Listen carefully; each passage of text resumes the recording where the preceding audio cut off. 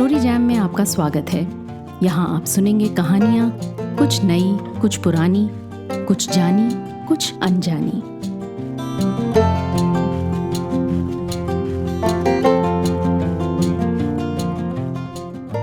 वरिष्ठ कथाकार और सबके प्रिय लेखक फणीश्वरनाथ रेणु जी का ये जन्म शताब्दी वर्ष है।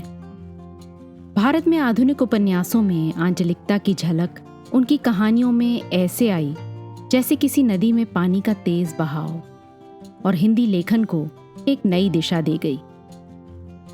उनकी कहानियां बड़े शहर की चमक धमक से दूर गांव की मिट्टी की खुशबू और उसकी भाषा की लयबद्धता में बसी हैं। उनके काम में अक्सर दिखलाई देते हैं ऊंच नीच, गरीबी अमीरी, जात पात के दो पाटों के बीच में पिसते हुए मानवीय संबंध। न वो अपनी कहानी के परिवेश और परिस्थितियों पर अपने विचार लीपते पोतते हैं, बस आपके सामने जस का तस रख देते हैं। आपके अंदर की संवेदनशीलता का द्वार खटखटाकर चले जाते हैं। ऐसी ही है आज की कहानी, ठेस। सिरचन एक कारीगर है जो गांव में शीतल पाट यानी चटाई, चिक और आसनी इत्यादि बुनता है। अपने छोटे से गांव का इकलौता कलाकार, जिसका हृदय किसी बड़े नामी कलाकार की तरह ही कोमल भी है और भावुक भी। आइए सुनते हैं फणीश्वरनाथ रेणु द्वारा लिखित ठेस।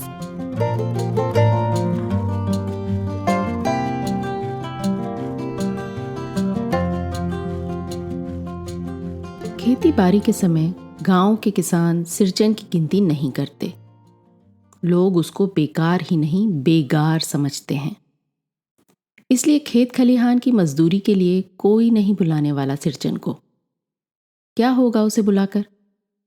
दूसरे मजदूर खेत पहुंचकर 1/3 काम कर चुकेंगे, तब कहीं सिरचन राय हाथ में खुरपी डुलाता दिखाई पड़ेगा, पगडंडी पर तौल तौल कर पांव रखता हुआ, धीरे धीरे।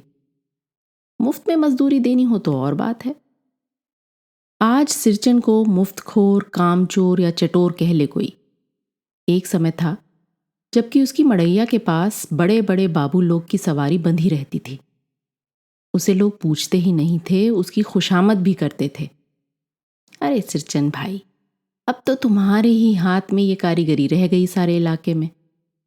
एक दिन भी समय निकाल कर चलो। कल बड़े भैया की चिट्ठी आई है शहर से, सिरचन से एक जोड़ा चिक बनवा कर भेज दो। मुझे याद है, मेरी माँ जब कभी सिरचन को बुलाने के लिए कहती, मैं पहले ही पूछ लेता, भोग क्या क्या लगेगा? माँ हंसकर कहती, जा जा, बेचारा मेरे काम में पूजा भोग की बात नहीं उठाता कभी। ब्राह्मण टोली के पंचानन चौधरी के छोटे लड़के को एक बार मेरे सामने ही बेपानी कर दिया था सिरचन ने। तुम्हारी भाभी नाखून से खांट कर तरकारी परोसती है, और इमली का रस साल कर कढ़ी तो हमारे कुम्हारों की घरवाली बनाती हैं। तुम्हारी भाभी ने कहाँ से बनाई? इसलिए सिरचन को बुलाने से पहले मैं माँ को पूछ लेता। सिरचन को देखते ही माँ हुलस कर कहती, आओ सिरचन, आज नैनू मत रही थी तो तुम्हारी याद आई। घी की खखोरन के साथ चूड़ा तुमको बहुत पसंद है ना? और हाँ, बड़ी बेटी ने ससुराल से संवाद भेजा है, उसकी ननद रूठी हुई है मोती के शीतल पाटी के लिए। सिरचन अपनी पनियाई जीभ को संभाल कर हंसता। घी की सुगंध सूंघ कर आ रहा हूं काकी, नहीं तो इस शादी ब्याह के मौसम में दम मारने की भी छुट्टी कहाँ मिलती है। सिरचन जाति का कारीगर है। मैंने घंटों बैठकर उसके काम करने के ढंग को देखा है। एक एक मोती और पटेर को हाथ में लेकर बड़े जतन से उसकी कुच्ची बनाता, फिर कुच्चियों को रंगने से लेकर सुतली सुलझाने में पूरा दिन समाप्त। काम करते समय उसकी तन्मयता में जरा भी बाधा पड़ी कि गेहूं सांप की तरह फुफकार उठता। फिर किसी दूसरे से करवा लीजिए काम, सिरचन मुंह जोर है, काम चोर नहीं। बिना मजदूरी के पेट भर भात पर काम करने वाला कारीगर। दूध में कोई मिठाई न मिले तो कोई बात नहीं, किंतु बात में जरा सी भी झाल वो बर्दाश्त नहीं कर सकता। सिरचन को लोग चटोर भी समझते हैं।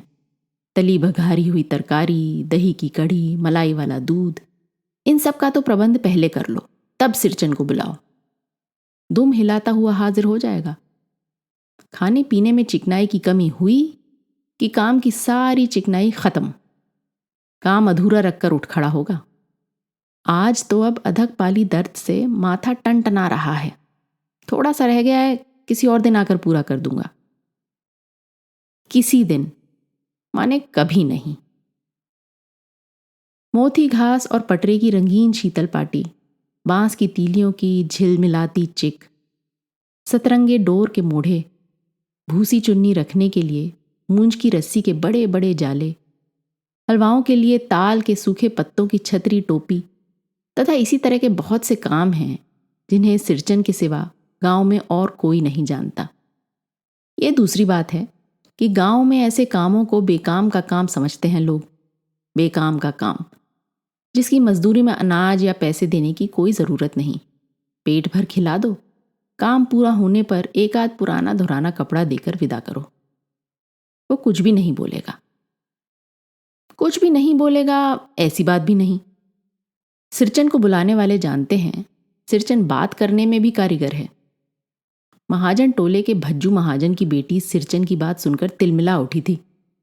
ठहरो, मैं माँ से जाकर कहती हूँ। इतनी बड़ी बात? बड़ी बात ही है बिटिया। बड़े लोगों की बस बात ही बड़ी होती है। नहीं तो दो दो पटेर की पट्टियों का काम सिर्फ खेसारी का सत्तू खिलाकर कोई करवाएगा भला? ये तुम्हारी माँ ही कर सकती है बबुनी। सिरचन ने मुस्कुराकर जवाब दिया था। उस बार मेरी सबसे छोटी बहन की विदाई होने वाली थी। पहली बार ससुराल जा रही थी मानू। मानू के दूल्हे ने पहले ही बड़ी भाभी को खत लिखकर चेतावनी दे दी है। मानू के साथ मिठाई की पतीली ना आए कोई बात नहीं। 3 जोड़ी फैशनेबल चिक और पटेर की 2 शीतल पार्टियों के बिना आएगी मानू तो, भाभी ने हंसकर कहा, बैरंग वापस। इसलिए 1 सप्ताह से पहले से ही सिरचन को बुलाकर काम पर तैनात करवा दिया था माँ ने। देख सिरचन, इस बार नई धोती दूंगी, असली मोहर छाप वाली धोती। मन लगाकर ऐसा काम करो कि देखने वाले देखकर देखते ही रह जाएं। पान जैसी पतली छुरी से बांस की तीलियों और कमानियों को चिकनाता हुआ सिरहन अपने काम में लग गया। रंगीन सुतलियों के झब्बे डालकर वो चिक बुनने बैठा। 1.5 हाथ की बिनाई देखकर ही लोग समझ गए कि इस बार एकदम नए फैशन की चीज बन रही है, जो पहले कभी नहीं बनी। मंजली भाभी से नहीं रहा गया। पर्दे की आड़ से बोली, पहले ऐसा जानती कि मोहर छाप वाली धोती देने से ही अच्छी चीज बनती है तो भैया को खबर भेज देती। काम में व्यस्त सिरचन के कानों में बात पड़ गई। बोला, मोहर छाप वाली धोती के साथ रेशमी कुर्ता देने से भी ऐसी चीज नहीं बनती बहुरिया। मानू दीदी काकी की सबसे छोटी बेटी हैं। मानू दीदी का दूल्हा अफसर आदमी है। मंजली भाभी का मुंह लटक गया। मेरी चाची ने फुसफुसाकर कहा, किससे बात करती है बहू? मोहर छाप वाली धोती नहीं, मूंगी या लड्डू। बेटी की विदाई के समय रोज मिठाई जो खाने को मिलेगी, देखती है ना। दूसरे दिन चिक की पहली पांति में 7 तारे जगमगा उठे, 7 रंग के। सत भैया तारा। सिरचन जब काम में मगन होता है तो उसकी जीभ जरा बाहर निकल आती है होंठ पर। अपने काम में मगन सिरचन को खाने पीने की सुध नहीं रहती। चिक में सुतली के फंदे डालकर अपने पास पड़े सूप पर निगाह डाली। चियोरा और गुड़ का एक सूखा ढेला। मैंने लक्ष्य किया। सिरचन की नाक के पास 2 रेखाएं उभर आईं। मैं दौड़कर मां के पास गया। मां, आज सिरचन को कलेवा किसने दिया है? सिर्फ चियोरा और गुड़? मां रसोई घर के अंदर पकवान आदि बनाने में व्यस्त थी। बोली, मैं अकेली कहां कहां क्या क्या देखूं। अरे मंजली, सिरचन को बूंदिया क्यों नहीं देती? बूंदिया मैं नहीं खाता काकी। सिरचन के मुंह में चियोरा भरा हुआ था। गुड़ का ढेला सूप के किनारे पर पड़ा रहा, अछूता। मां की बोली सुनते ही मंजली भाभी की भौएं तन गईं। मुट्ठी भर बूंदिया सूप में फेंक कर चली आई। सिरचन ने पानी पीकर कहा, मंजली बहू रानी, अपने मैके से आई हुई मिठाई भी इस तरह हाथ खोल कर बांटती हैं क्या? बस। मंजली भाभी अपने कमरे में बैठकर रोने लगी। चाची ने मां के पास जाकर लगाया, छोटी जाति के आदमी का मुंह भी छोटा होता है। मुंह लगाने से सर पर चढ़ेगा ही। किसी के नहर ससुराल की बात क्यों करता है वो? मंजली भाभी मां की दुलारी बहू हैं। माँ तमक कर बाहर गई। सिरचंद, तुम काम करने आए हो, अपना काम करो। बहुओं से बदकुट्टी करने की क्या जरूरत? जिस चीज की जरूरत हो मुझसे कहो। सिरचंद का मुंह लाल हो गया। उसने कोई जवाब नहीं दिया। बांस में टंगे हुए अधूरे चिक में फंदे डालने लगा। मानू पान सजाकर बाहर बैठक में भेज रही थी।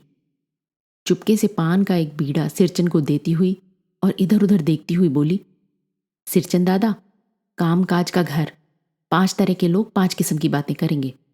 तुम किसी की बातों पर कान मत दो। सिरचंद ने मुस्कुराकर पान का बीड़ा मुंह में ले लिया। चाची अपने कमरे से निकल रही थी। सिरचंद को पान खाते देखकर अवाक हो गई। सिरचंद ने चाची को अपनी ओर अचरज से घूरते हुए देखकर कहा, छोटी चाची, जरा अपनी डिबिया का गमकौआ जर्दा तो खिलाना, बहुत दिन हुए। चाची कई कारणों से जली भुनी रहती थी सिरचंद से।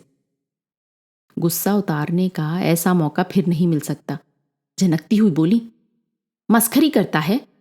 तुम्हारी चढ़ी हुई जीभ में आग लगे। घर में भी पान और गमकौआ जर्दा खाते हो, चटोर कहीं के। मेरा कलेजा धड़क उठा। यद परो नास्ती। बस सिरचंद की उंगलियों में सुतलियों के फंदे पड़ गए। मानो कुछ देर तक वो चुपचाप बैठा पान को मुंह में घुलाता रहा। फिर अचानक उठकर पिछवाड़े पीक थूक आया। अपनी छुरी, हंसिया वगैरह समेट संभाल कर झोले में रखे। टूटी हुई अधूरी चिक पर एक निगाह डाली और हनहनाता हुआ आंगन के बाहर निकल गया। चाची बड़बड़ाई, अरे बाप रे बाप, इतनी तेजी! कोई मुफ्त में तो काम नहीं करता। 8 रुपए में मोहर छाप वाली धोती आती है। इस मुंह झोंसे के मुंह में लगाम, न आंख में शील। पैसा खर्च करने पर सैकड़ों चिक मिलेंगी। पातर टोली की औरतें सिर पर गट्ठर लेकर गली गली मरी फिरती हैं।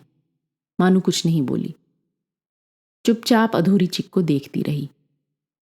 7 तारे मंद पड़ गए। मां बोली, जाने दो बेटी, जी छोटा मत कर मानू, मेले से खरीद कर भेज दूंगी।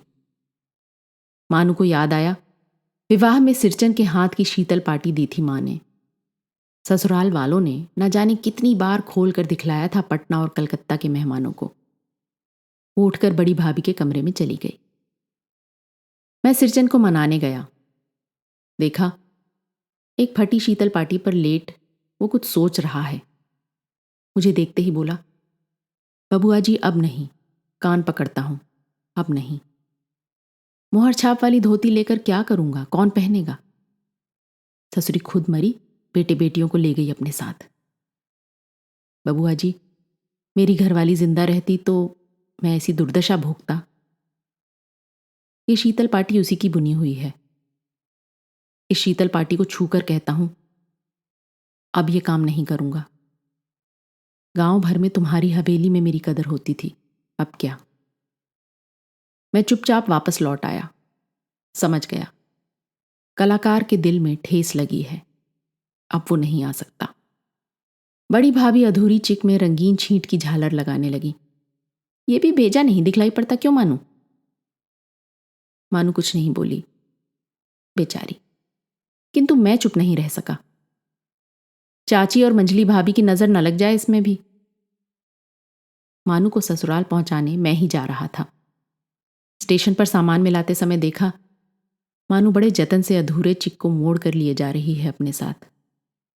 मन ही मन सिरचंद पर गुस्सा आया। चाची के सुर में सुर मिलाकर कोसने को जी हुआ, कामचोर, चटोर। गाड़ी आई। सामान चढ़ाकर मैं दरवाजा बंद कर रहा था कि प्लेटफॉर्म पर दौड़ते हुए सिरचंद पर नजर पड़ी। बबुआ जी, उसने दरवाजे के पास आकर पुकारा। क्या है? मैंने खिड़की से गर्दन निकालकर झिड़की के स्वर में कहा। सिरचंद ने पीठ पर लादे हुए बोझ को उतार कर मेरी ओर देखा। दौड़ता आया हूं, दरवाजा खोलिए। मानू दीदी कहाँ हैं, एक बार देखूं। मैंने दरवाजा खोल दिया। सिरचंद दादा, मानू इतना ही बोल सकी। खिड़की के पास खड़े होकर सिरचंद ने हकलाते हुए कहा, यह मेरी ओर से है, ये सब चीजें हैं दीदी, शीतल पाटी, चिक और एक जोड़ी आसनी कुश की। गाड़ी चल पड़ी। मानू मोहर छाप वाली धोती का दाम निकालकर देने लगी। सिरचंद ने जीभ को दांत से काटकर दोनों हाथ जोड़ दिए। मानो फूट फूट कर रो रही थी। मैं बंडल को खोलकर देखने लगा। ऐसी कारीगरी, ऐसी बारीकी, रंगीन सुतलियों के फंदों का ऐसा काम पहली बार देख रहा था।